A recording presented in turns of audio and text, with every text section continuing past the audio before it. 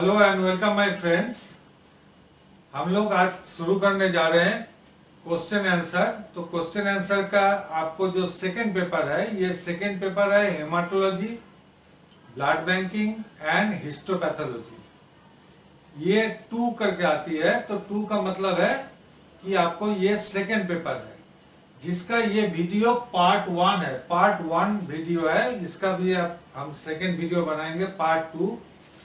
तो चूंकि आपको थोड़ा दिक्कत हो रही है कि बोर्ड का जो हम लिख के रखते हैं, इसको आपको तो मोबाइल में देखना तो क्वाइट इम्पॉसिबल है। तो आप बार बार हम रिक्वेस्ट कर रहे हैं कि मेरा वॉइस को नोट कीजिए। हम हर एक लाइन, हर एक शब्द का हम व्याख्या करेंगे, उसका प्रोनाउंसिएशन करेंगे, उसको आप काइंडली नोट डाउन कीजिए। तब आपको पूरा क्वेश्चन आंसर उतार लेने में, कॉपी में उतार लेने में सुविधा होगी।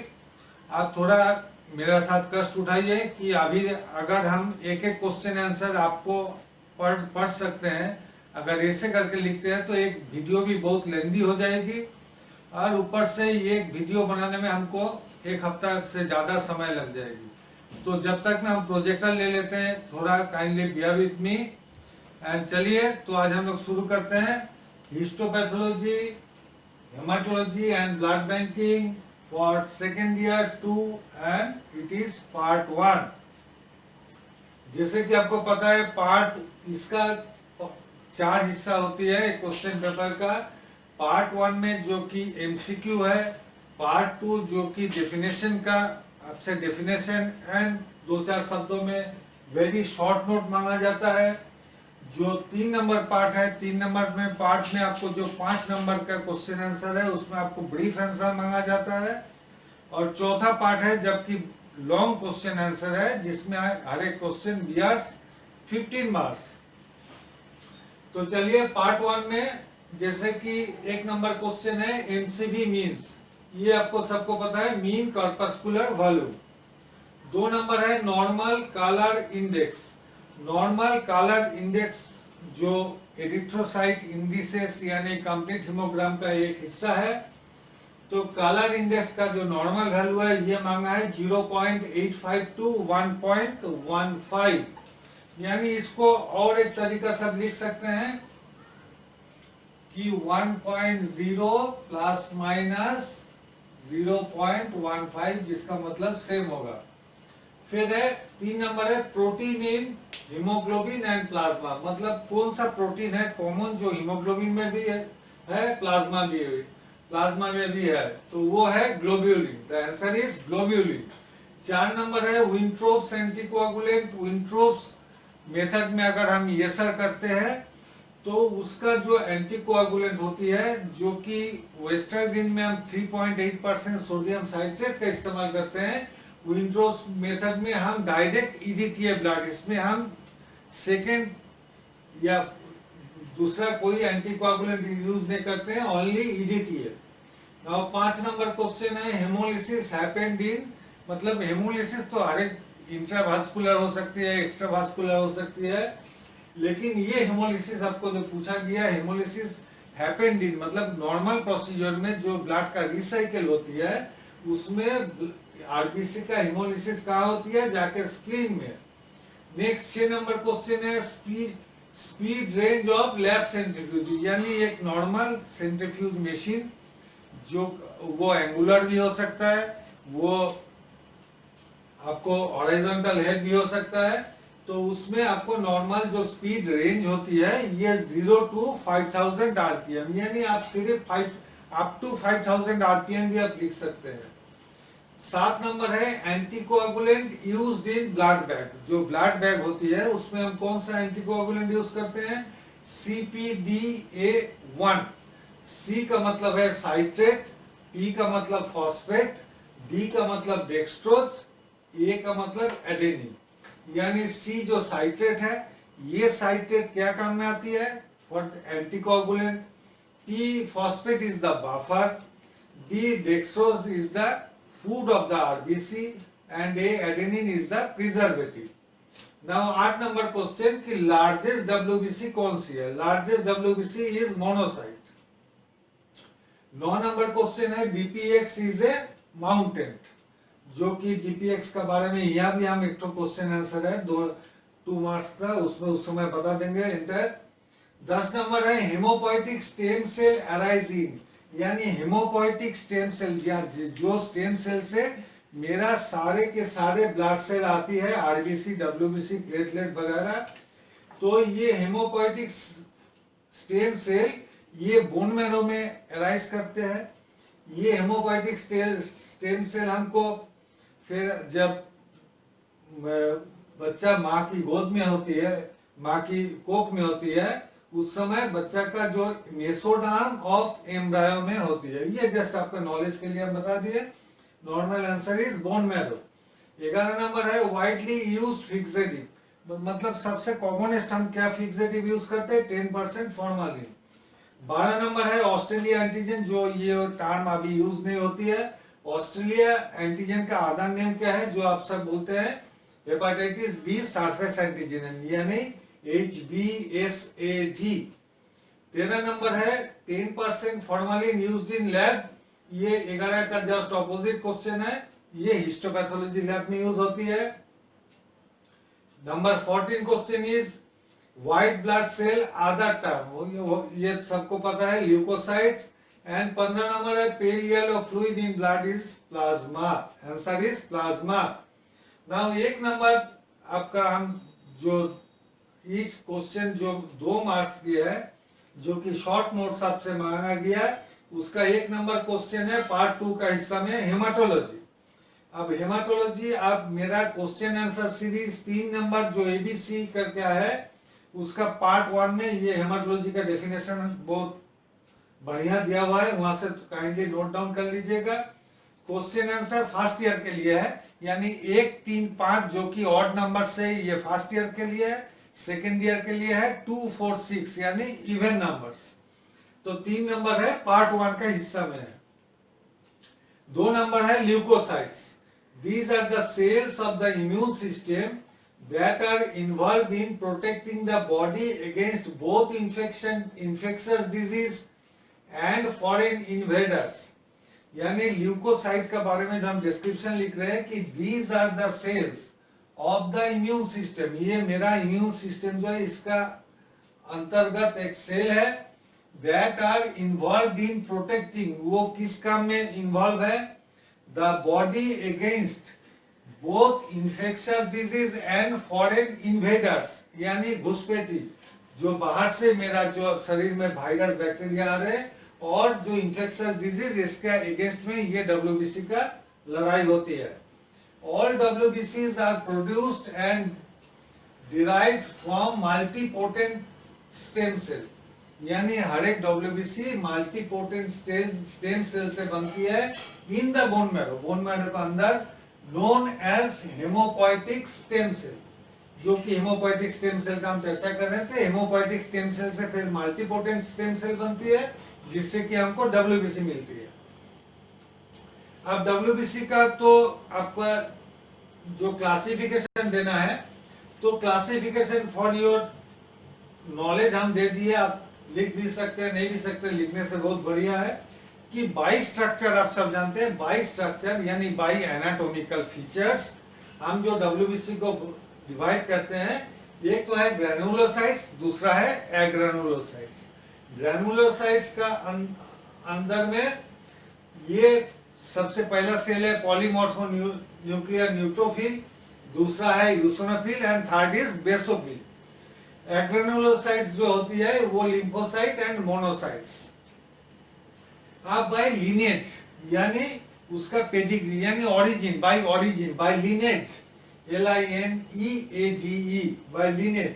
बाय लीनेज में 2 सीरीज आती है, एक माइलॉइड सीरीज, एक लिम्फॉइड सीरीज। माइलॉइड सीरीज से जो जो सेल बनती है, न्यूट्रोफिल, बेसोफिल, यूसोनोफिल, यानी तीनों ग्रैनुलोसाइट, मोनोसाइट एंड मैक्रोफाज, जो कि मोनोसाइट से फिर बनते हैं मैक्रोफाज, ये माइलॉइड सीरीज में आती है। और लिम्फॉइड सीरीज जो है, लिम्फॉइड सीरीज में जो कि लार्ज ग्रैनुलर जो लिम्फोसाइट्स होती है, जिसको हम लोग बोलते हैं NK सेल्स, यानी NK सेल्स यानी नेचुरल किलर सेल्स, दूसरा है स्मॉल लिम्फोसाइट्स, यानी लार्ज जो ग्रैनुलर लिम्फोसाइट्स है वो उससे बनती है नेचुरल किलर सेल, और जो स्मॉल लिम्फोसाइट होती है उससे दो सेल बनती है, T cells and B sales.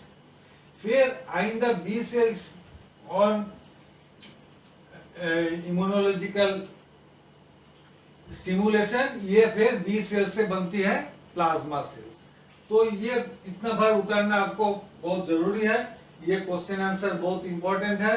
और नॉर्मल लेवल जो होती है 4.5 to 11.5 इंटू 10⁹ पर लीटर, ये एसआई यूनिट में है। आप लोग जरूर कोशिश कीजिए हर एक आंसर को एसआई यूनिट में लिखने का। नाउ 3 नंबर जो है blood transfusion.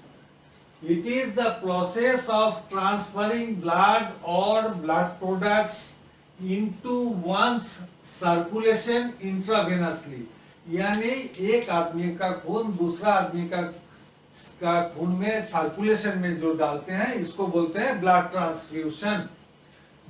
Transfusions are used for various medical conditions to replace lost components of the blood, यानी मेरा ब्लड में जो चीज का कमी हुआ वही चीज ने हमको बाहर से चाहिए, दूसरों का खून से चाहिए, वही बात है।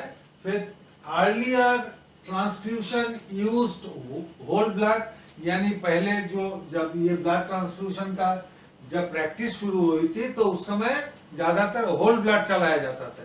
इसके बाद nowadays but modern clinical practice is uses only components of blood like PRBC, यानी packed red blood cell PRBC, जो कि मॉडर्न प्रैक्टिस में ब्लड का कंपोनेंट इसको तोड़ दिए, RBC, WBC, प्लेटलेट सब प्लाज्मा कलेक्ट कर दिए। अब जिसको जो लगेगा, जैसे PRBC हुआ, किसी का व्हाइट सेल का दरकार है, किसी का FFP यानी फ्रेश फ्रोजन प्लाज्मा का जरूरत है, किसी का प्लेटलेट्स का जरूरत है, किसी का एंड क्रायोप्रेसिपिटेट। क्रायोप्रेसिपिटेट का मतलब है डिफरेंट क्लॉटिंग फैक्टर्स। 4 नंबर है इम्यूनोहेमाटोलॉजी।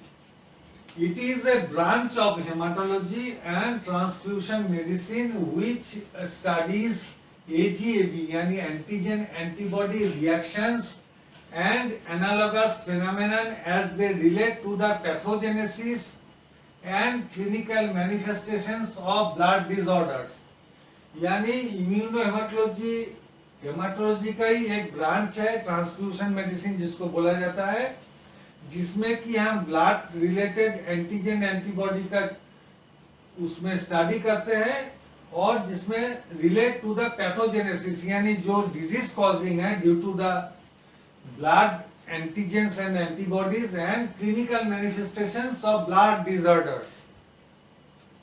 The specialist, इस फील्ड में जो स्पेशलिस्ट होते हैं, of this field provides expert opinion for difficult transfusion, यानी एक आदमी को ब्लड देने में दिक्कत हो रही है, वो ब्लड एक्सेप्ट नहीं कर पा रहे हैं, उसका बुखार आ रहा है, नहीं तो दूसरा कोई एलिमेंट्स दिक्कतें हो रही है, उसको कैसे रिड्यूस किया जाए। इनकम्पैटिबिलिटी वर्कअप, यानी किसी का ब्लड दोनों बी ग्रुप है, मैच नहीं कर रहे हैं, तो इसको कैसे काहे नहीं मैच कर रहा है इसका कारण डिटेक्ट करना, फिर दूसरा कोई ब्लड लगे जो कि मैचेबल है उससे मैच कराना। Therapeutic plasmapheresis. थेरापेटिक प्लाज्माफेरेसिस क्या है?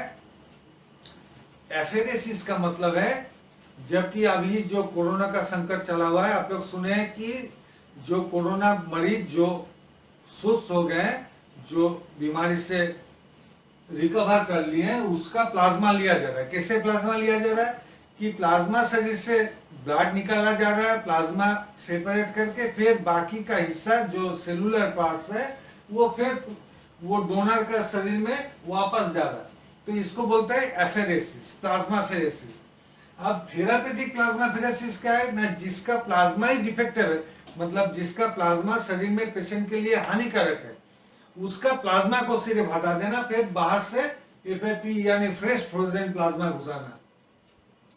फिर सेलुलर थेरेपी। सेलुलर थेरेपी मतलब आरबीसी, डब्ल्यूबीसी, प्लेटलेट जो सेल्स है, इसको जो थेरापी देते हैं, मतलब जिसको जो चाहिए देते हैं, इसको बोलते हैं सेलुलर थेरापी। इराडिएटेड ब्लड थेरापी, यानी कभी कभी कोई अलग सेल को अलग करने पड़ता है, जैसे ग्रैनुलर डब्ल्यूबीसी को कभी दरकार पड़ता है, ग्रैनुलर आरबीसी डब्ल्यूबीसी को दिया जाता है, इसी तरह है। फिर leuco reduced and washed blood products, यानी कभी ब्लड को वॉश करने देने का जरूरत पड़ता है, कभी ल्यूको रिड्यूस्ड यानी ल्यूकोसाइट को रिड्यूस किया जाता है, ब्लड का समूचा रख दिए सेलुलर पार्ट, लेकिन ल्यूकोसाइट को हटा दिए।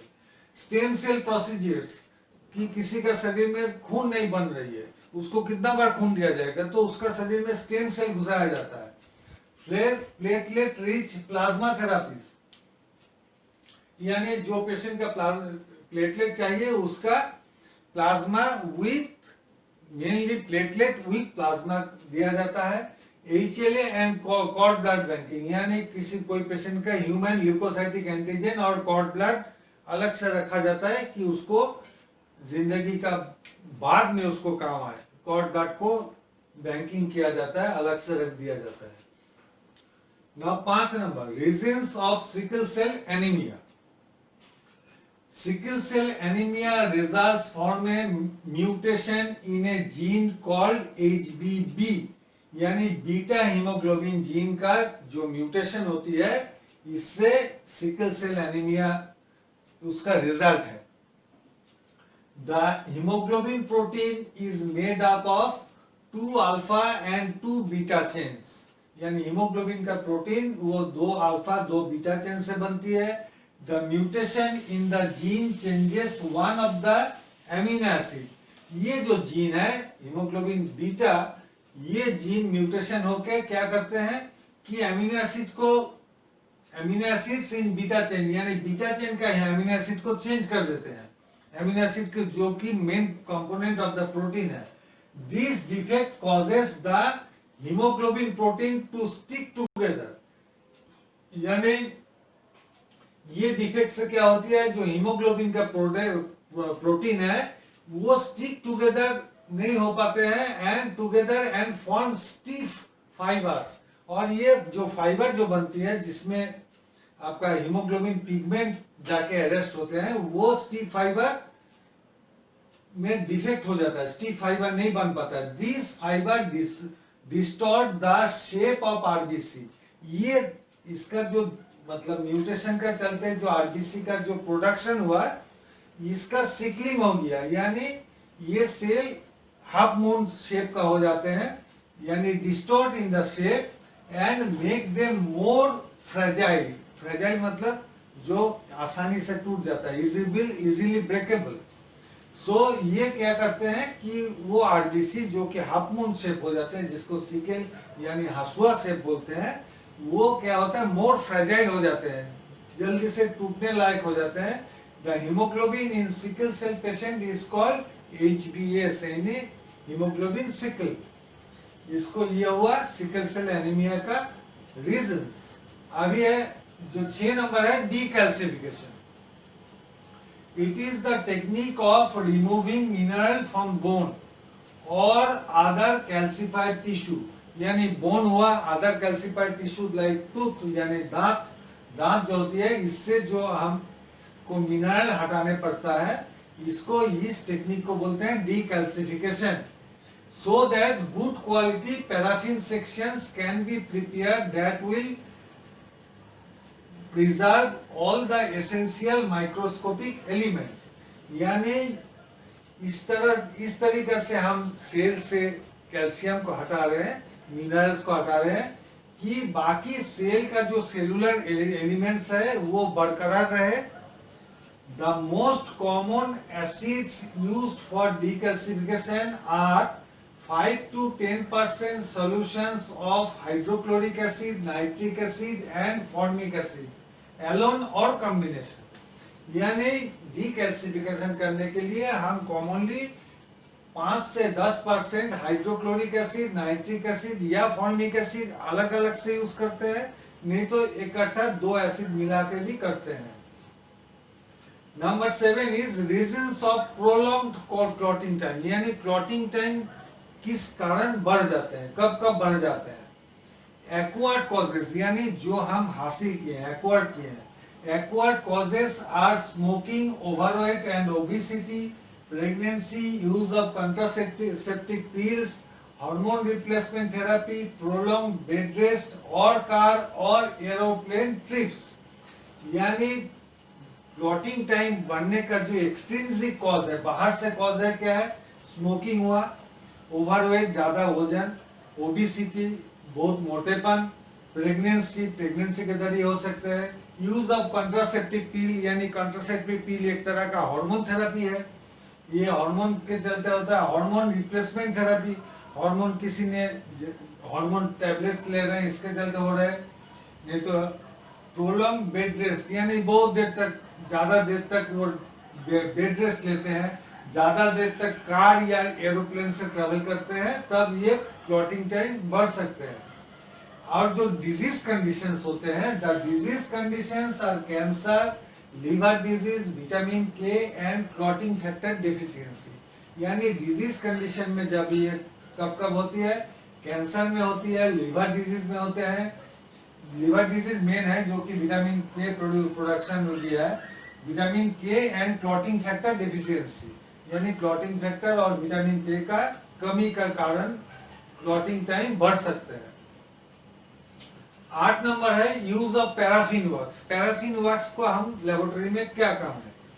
इन histopathology paraffin wax is used for embedding surgical specimens.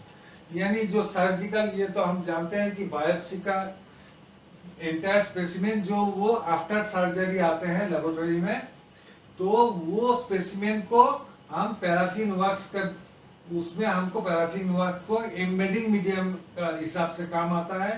Hot liquid wax is dispensed into a small mould यानी एक स्मॉल छाछ में उसको ढाला जाता है लिक्विड वैक्स को, एंड अलाउ टू कूल, अभी इसको ठंडा होने देते हैं, and A specimen is placed into the clotting wax, cooling wax in the desired orientation. यानी जब ये धीरे धीरे ठंडा हो रहा है, मोम जमने लगता है, तब मेरा जो स्पेसिमेन है उसको हम डिजायर्ड, जो हम चाहते हैं जहां बैठाने, वहां पर उसको इम्प्लांट करते हैं। इसको बोलते हैं यूज ऑफ पैराफिन वैक्स। अभी जो है डीपीएक्स, यानी डीपीएक्स यहां भी चर्चा किए थे। DPX mountant is a mixture of distyrene, plasticiser and xylene. यानी डीपीएक्स एक माउंटेन मीडिया है जो कि डिस्टिरिन यानी D for distyrene, P for plasticiser and X for xylene. It is a colourless synthetic resin mounting media which replaces xylene balsam. It preserves the stain and dries quickly. यानी एक slide को जब हम परमानेंट बनाते हैं, जबकि उसका stand को सही तरीके से जो प्रिजर्व कर सकते हैं और क्विकली ड्राई होते हैं, उसको हम लोग बोलते हैं माउंटेन। और इस माउंटेन के जरिए हम लोग डीपीएक्स यूज करते हैं। अभी हुआ एबीओ ब्लड ग्रुपिंग। अभी देखिए 2 नंबर के लिए एबीओ ब्लड ग्रुपिंग आपको लिखना है।